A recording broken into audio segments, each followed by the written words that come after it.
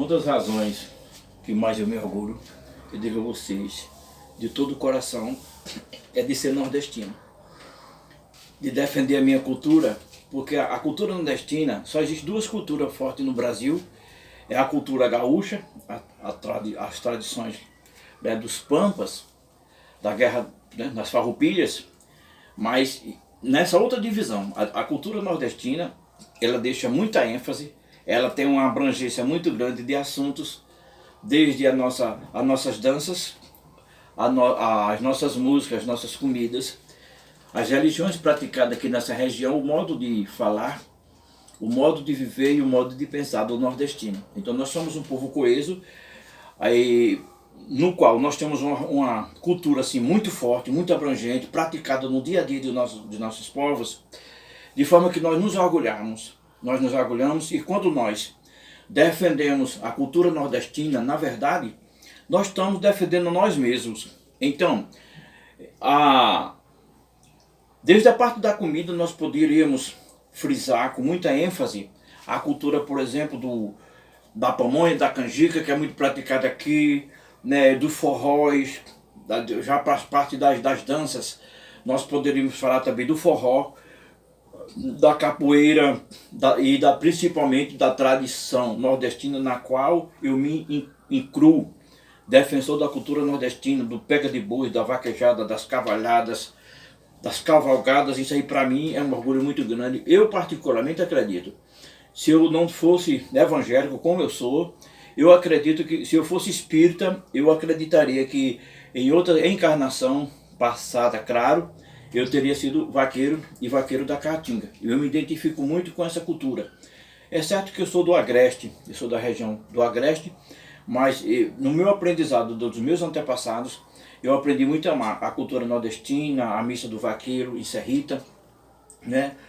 Os pega de boi lá nas caatingas, a defesa do bioma do Nordeste, a defesa da nossa caatinga, dos nossos animais que vivem naquela região. Mas dentro já da cultura do vaqueiro, eu fiz até esse ambiente aqui para homenagear a nossa cultura na qual eu me incluo, porque na verdade nós devemos, com toda a ênfase, lutar por aquilo que nós cremos.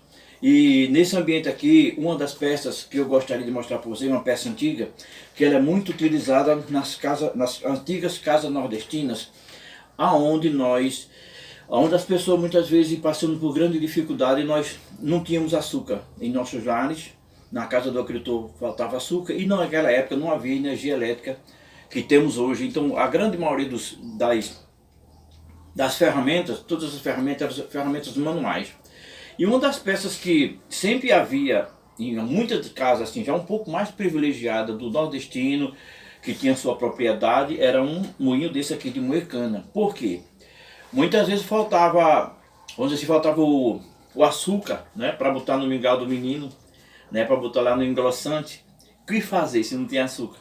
Então o agricultor, o vaqueiro, ele ia lá no seu quintal, onde tinha uma terra molhada lá, protegida pelo monturo, ele plantava lá a sua toceira de cana, né? Então, para botar também no café, nem imagina o café sem açúcar, né, minha gente? Então ele pegava, colocava, usava muitos deles, né? Tinha um moinho desse aqui, é muito pequeno, manual. Então, aí ele aqui botava a cana, né? Tirava o caldo da cana e fazia ali o alimento da família. Então isso é um costume que é oriundo do sertão, é oriundo da zona rural, né? Então essa ênfase ao passado, né? Que eu sou um pouco assim, colecionador de algumas coisas antigas, mas nessa área aqui já tem principalmente as peças, que são peças de ferro, numa época que quase todos os produtos eram de ferro. Ainda não havia a utilização do alumínio nas panelas e nos outros utensílios domésticos, não havia ainda o aço inox.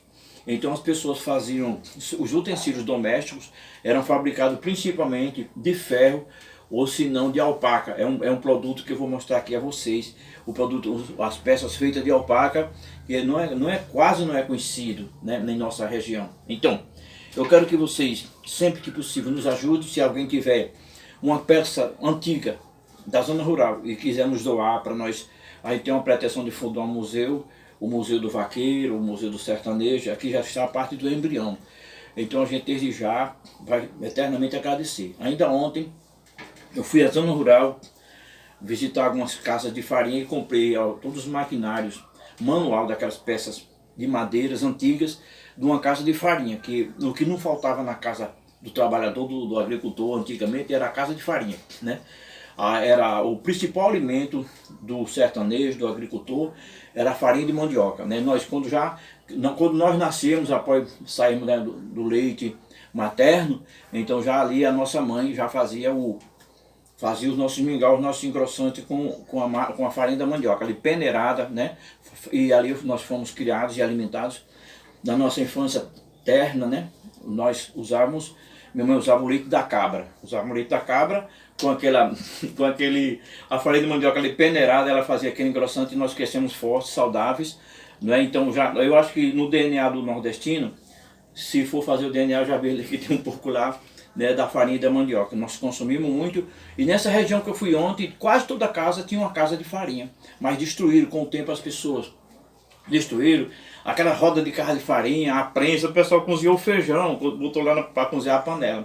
Mas algumas pessoas ainda preservou. Então eu digo a você, se você tem desses materiais, casa de farinha, você tem um moinho, aquele moinho de madeira que era com 2 pedras, meu pai possuía daqueles moinhos.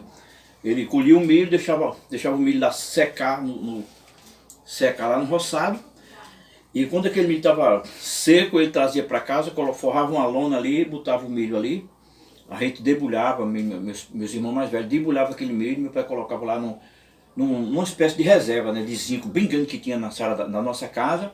E ali quando nós queríamos fazer o cuscuz, o xerém para galinha é bom que já se diga. Eu tenho o pilão de madeira, onde se fazia o xerém, usava-se também o moinho, mas também fazia no pilão de madeira. Então, o milho também faz parte muito da cultura do nordestino.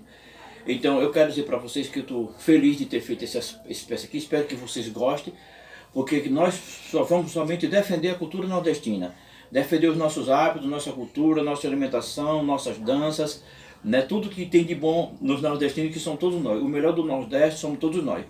Então aqui também, se estão vendo, nós já colocamos aqui o milho e algumas frutas.